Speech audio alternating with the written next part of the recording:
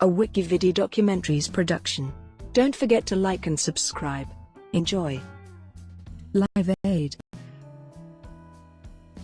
Live Aid was a dual-venue benefit concert held on Saturday the 13th of July 1985, and an ongoing music-based fundraising initiative.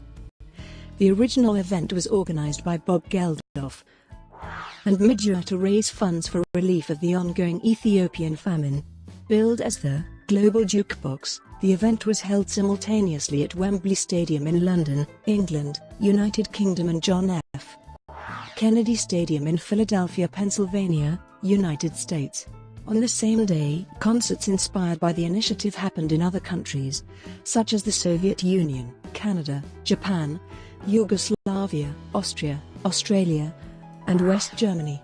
It was one of the largest-scale satellite link-ups in television broadcasts of all time. An estimated audience of 1.9 billion, across 150 nations, watched the live broadcast. Nearly 40% of the world population.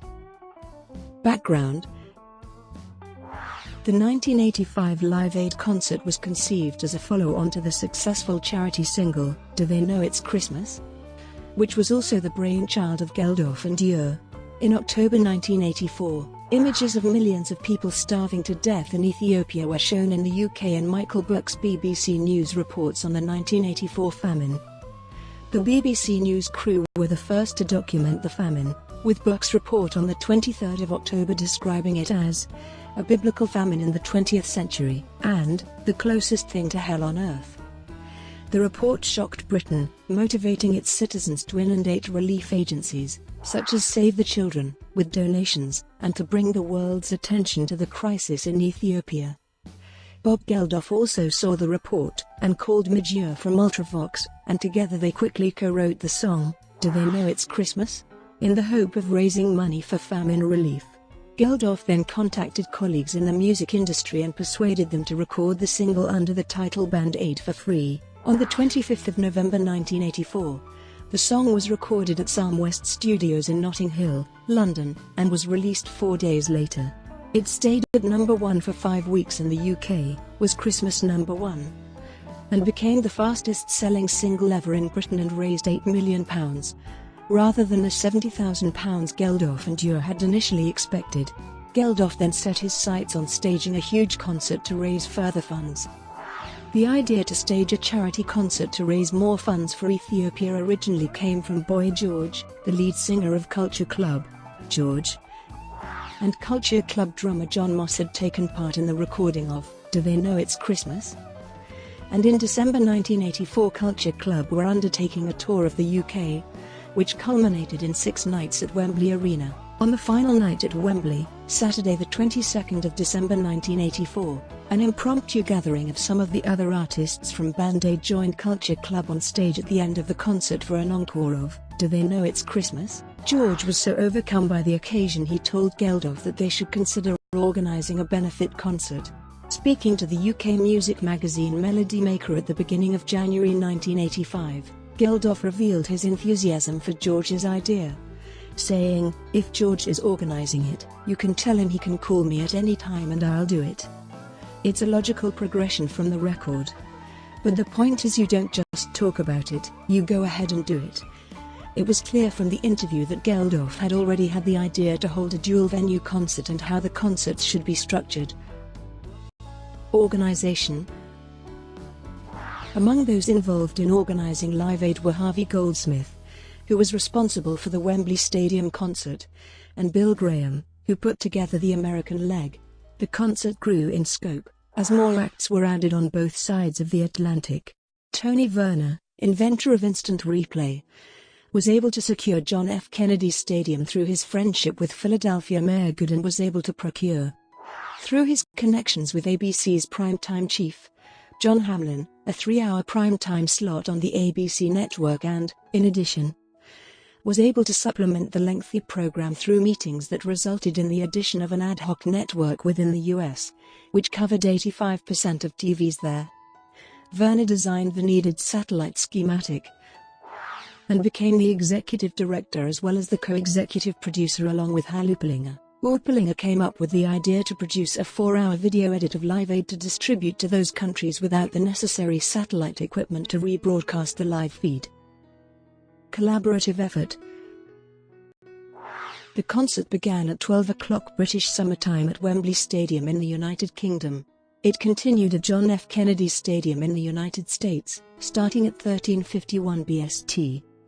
The UK's Wembley performances ended at 2200 hours BST. The JFK performances and whole concert in the US ended at 4:05 BST the 14th of July. Thus, the concert continued for just over 16 hours. But since many artists' performances were conducted simultaneously in Wembley and JFK, the total concert's length was much longer. Mick Jagger and David Bowie intended to perform an intercontinental duet, with Bowie in London and Jagger in Philadelphia. Problems of synchronization meant the only remotely practical solution was to have one artist, likely Bowie at Wembley, mime along to pre-recorded vocals broadcast as part of the live sound mix for Jagger's performance from Philadelphia. Veteran music engineer David Richards was brought in to create footage and sound mixes Jagger and Bowie could perform to in their respective venues. The BBC would then have had to ensure those footage and sound mixes were in sync while also performing a live vision mix of the footage from both venues.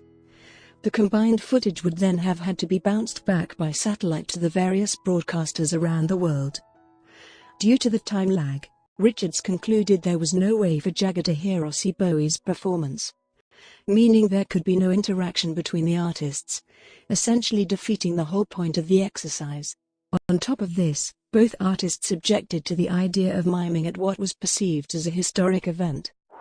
Instead, Jagger and Bowie worked with Richards to create a video clip of the song they would have performed, a cover of "Dancing in the Street," which was shown on the screens of both stadiums and broadcast as part of many TV networks' coverage. Each of the two main parts of the concert ended with their particular continental all-star anti-hunger anthems, with Band-Aids, "Do They Know It's Christmas?" closing the UK concert, and USA for Africa's "We Are the World," closing the US concert.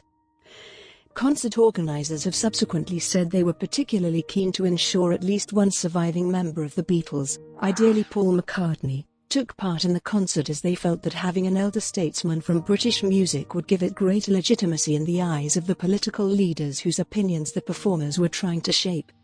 McCartney agreed to perform and has said it was the management, his children, who persuaded him to take part.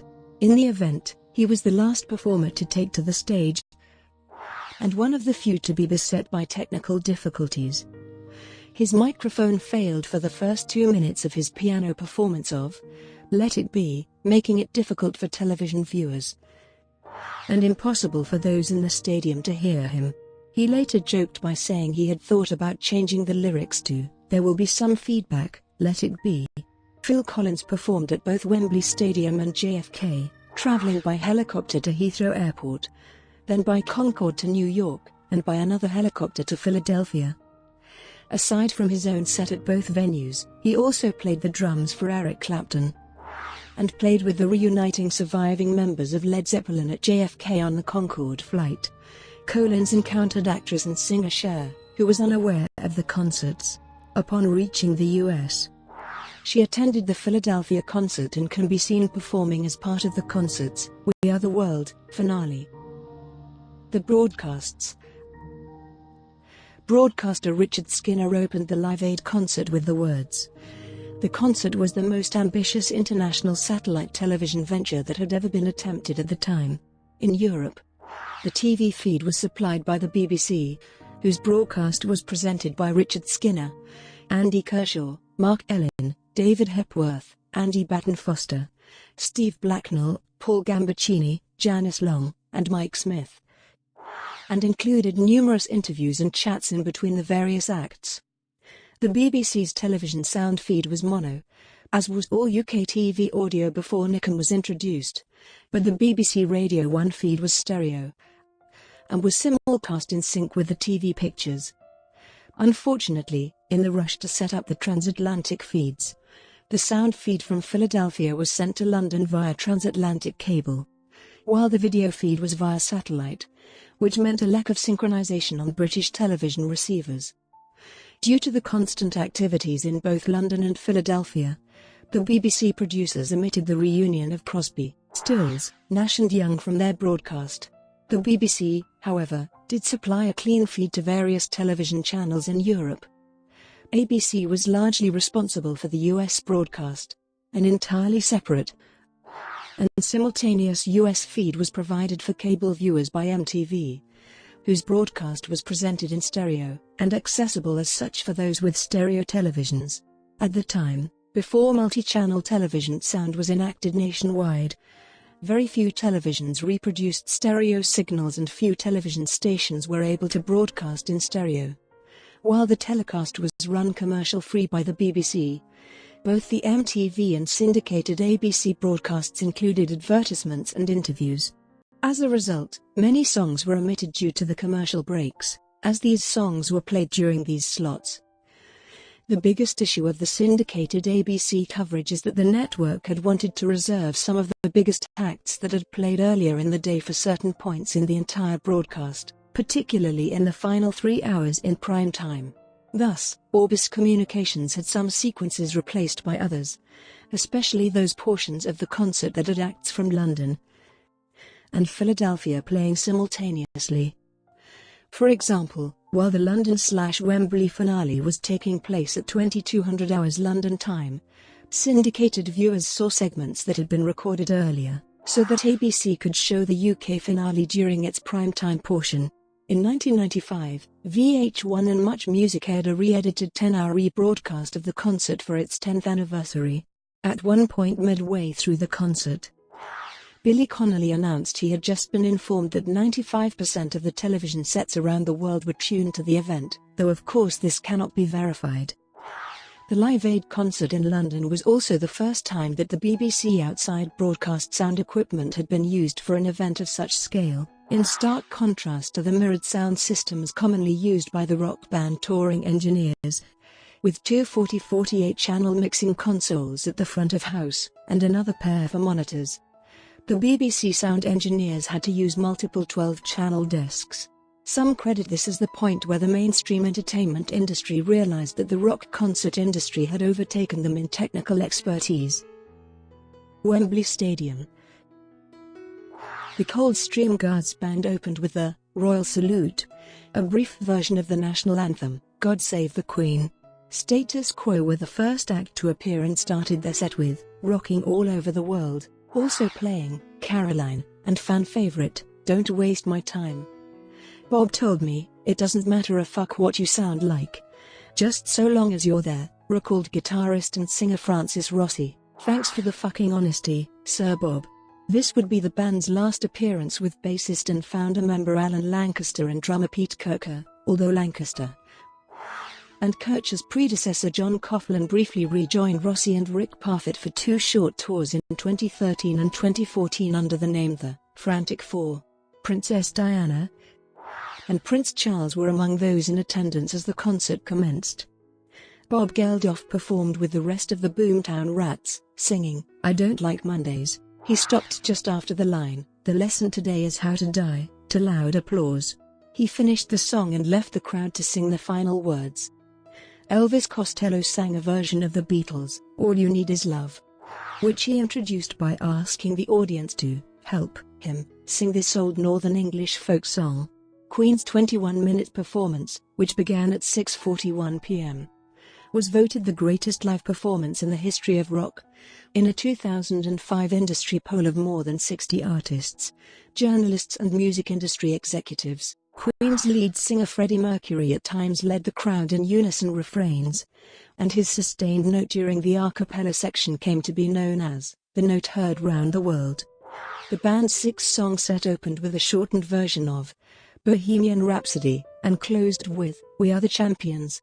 Mercury and fellow band member Brian May later sang the first song of the 3-part Wembley event finale, Is This the World We Created? Other well-received performances on the day included those by U2 and David Bowie. The Guardian cited Live Aid as the event that made stars of U2. The band played a 14-minute rendition of Bad, during which vocalist Bono jumped off the stage to join the crowd and dance with a girl. The length of Bad limited them to 2 songs. The third, Pride, had to be dropped. In July 2005, the girl with whom he danced said that he actually saved her life at the time. She was being crushed by people pushing forwards. Bono saw this, and gestured frantically at the ushers to help her.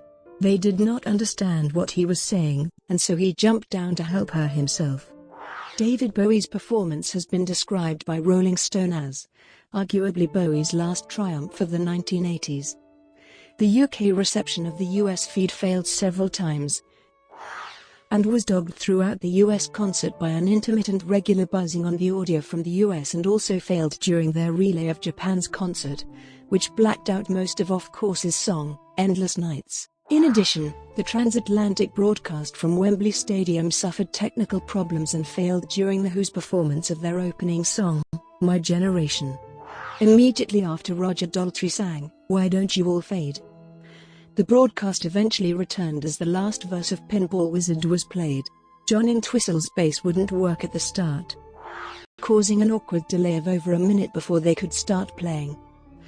The band played with Kenny Jones on drums, and it was their first performance since disbanding after a 1982 farewell tour.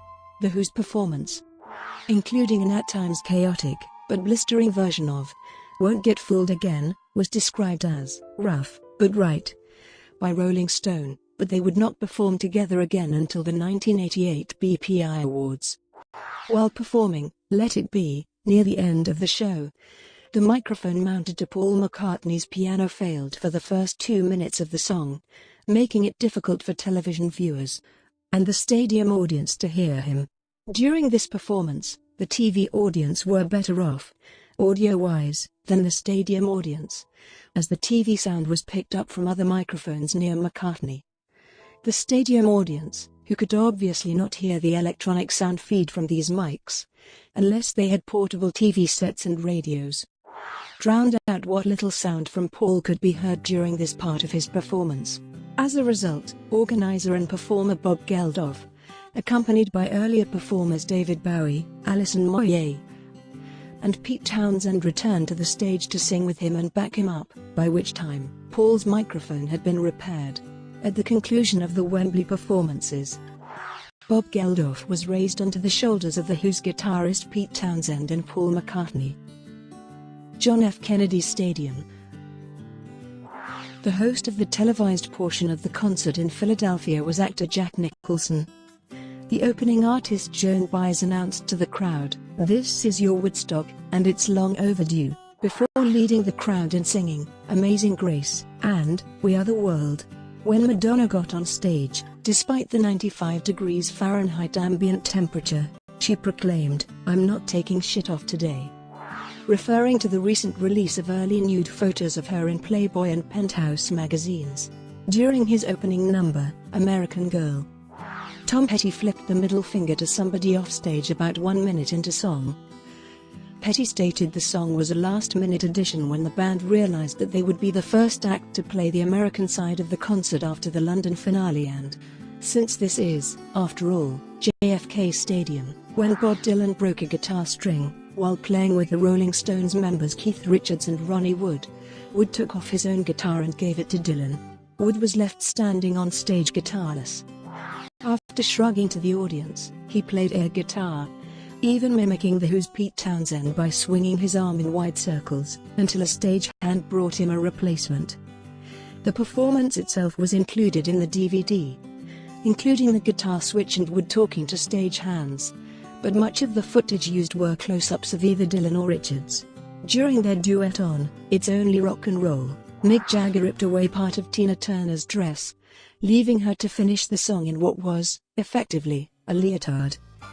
The JFK portion included reunions of Crosby, Stills, Nash, and Young, the original Black Sabbath with Ozzy Osbourne, the Beach Boys with Brian Wilson, and surviving members of Led Zeppelin, with Phil Collins, and the Power Station member Tony Thompson sharing duties on drums in place of the band's late drummer John Bonham. Teddy Pendergrass made his first public appearance since his near-fatal car accident in 1982 which paralyzed him. Pendergrass, along with Ashford and Simpson, performed Reach Out and Touch, Duran Duran performed a 4-song set, which was the final time the 5 original band members would publicly perform together until 2003. Their set saw a weak, off-key falsetto note hit by frontman Simon Le Bon during A View to a Kill. The error was trumpeted by numerous media outlets as the bum note heard round the world, in contrast to Freddie Mercury's note heard round the world at Wembley. Le Bon later recalled that it was the most embarrassing moment of his career. The UK TV feed from Philadelphia was dogged by an intermittent buzzing on the sound during Bryan Adams' turn on stage and continued less frequently throughout the rest of the UK reception of the American concert. And both the audio and video feed failed entirely during that performance and during Simple Minds' performance. Phil Collins, who had performed in the United Kingdom earlier in the day, began his solo set with the quip, "I was in England this afternoon. Funny old world, innit?" to cheers from the Philadelphia crowd. Brought to you by WikiVidi Documentaries. Would you like to know more?